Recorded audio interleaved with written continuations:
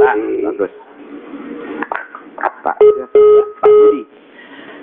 Tujuan kita mengadakan acara ini di News Update pemirsa adalah memberikan satu gambaran detail bagaimana versi sebenarnya yang terjadi di pemberitaan yang ada. Namun apabila perpecahan adalah hasilnya, kita tidak mau. Tapi untuk bahas suatu agama pastinya kita membutuhkan suatu penengah dari kita, karena kita negara Indonesia pastinya ya. Bapak tadi bilang bahwa ada undang-undang agama kita ke Tuhan begitu ya. Ya sejauhnya kita juga menghormati undang-undang yang ada di negara kita, karena kita ada di negara ini. Wajib. Makanya kita juga belum sampai ke pokok bahasan apakah selebaran itu ada izinnya atau apapun, karena kita memang tidak ada pakar di situnya. Nanti kita berbicara, saya harapkan ya kalau ada undangan dari SPU lagi, saya harapkan kita sama-sama pegang Al-Quran. Karena perintah Allah di surat Al-An'am ayat 70. Dan peringatkanlah, maka tinggalkanlah mereka-mereka yang menjadikan agama mereka sebagai main-main atau senda gurau. Peringatkanlah masing-masing diri itu dengan Al-Quran agar masing-masing diri tidak terjerumus ke dalam neraka jahanam. Bapak bacakan Arabnya apa sama seperti saya? Loh, saya berani kok. Karena apa? Saya sudah ketemu dengan tanda kutip tokoh MUI. Saya sudah ketemu dengan tanda kutip ketua Dewan Masjid Nasional. Itu kan itu penafsiran Pak. Jadi begini, kita cuma punya 2 menit. Bapak Gatot sudah menyatakan maksudnya. Saya cuma menanyakan satu hal terakhir, tolong jawab dengan singkat aja Pak. Berarti Muhammad adalah Rasul untuk Arab, begitu menurut Pak Gatot? Bukan menurut saya Pak. Jadi tolong ya. Menurut pemahaman Pak Gatot begitu Pak? Mungkin bukan begitu. Pak. Jangan Pak. Ya. Jadi Indonesia belum punya Rasul begitu Pak? Benar atau salah itu jangan kata saya, jangan kata Bapak, jangan kata institusi, jangan kata siapa-siapa. Benar atau salah kita harus melihat ke pasal undang-undangnya. Benar atau salah kita harus melihat kepada Al-Quran. Oke, kalau Pak, menurut Al-Quran, singkat Pak. Kita punya waktu. Berarti kalau menurut Al-Quran Bapak tangkap serap begitu ya.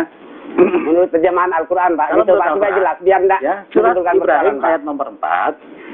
Kami tidak pernah mengutus seorang Rasul pun, silakan sampai Arabkan, sama enggak? Kami tidak pernah mengutus seorang Rasul pun, melainkan dengan bahasa kaumnya. Loh, ya, agar dia dapat memberi penjelasan kepada orang-orang yang beriman. Loh, jelas toh?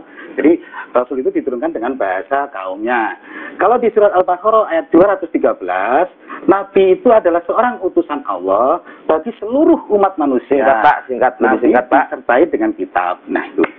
Berarti Rasul di Indonesia belum ada begitu? Rasul di Indonesia, mana saya nggak tahu ada atau tidak. Nanti kita melihat dengan ayat Al-Quran lagi. Baik, nah ini biarkan pemirsa menilai. Nah ini persoalannya di situ Pak.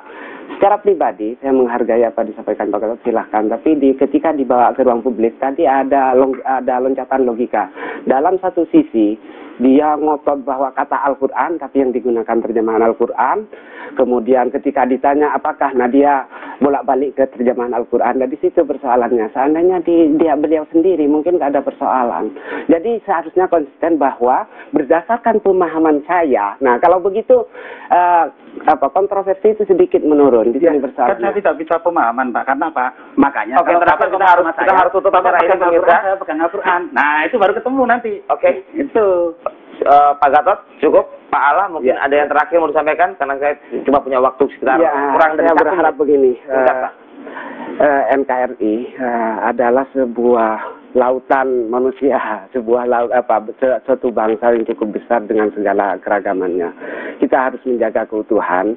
Jadi hal-hal yang sangat peka, kemudian hanya berdasarkan unsur subjektivitas mungkin jangan dikedepankan, terutama ke ruang publik.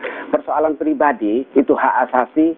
Tapi ketika berkaitan dengan orang lain, maka di situ kita harus memiliki kearifan, karena di situ inti keberagamaan kita. Baik, terima kasih untuk tamu-tamu saya pagi hari ini pemirsa. Yang kita harapkan tentu saja adalah bangsa ini terus membangun tanpa ada kendala. Yang satunya adalah perpecahan. Kita tidak mau adanya perpecahan.